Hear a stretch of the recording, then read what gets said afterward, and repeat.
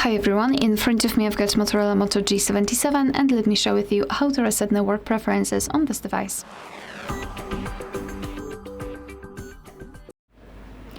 So let's begin with opening the settings, and here we have to scroll and find the option system.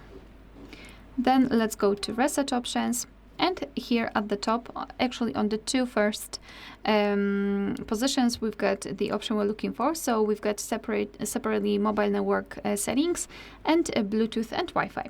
So all you have to do is to tap on the specific option, tap on reset settings, confirm everything with your screen lock, and here we've got the information that we cannot undo this action, so do it only if you're ready.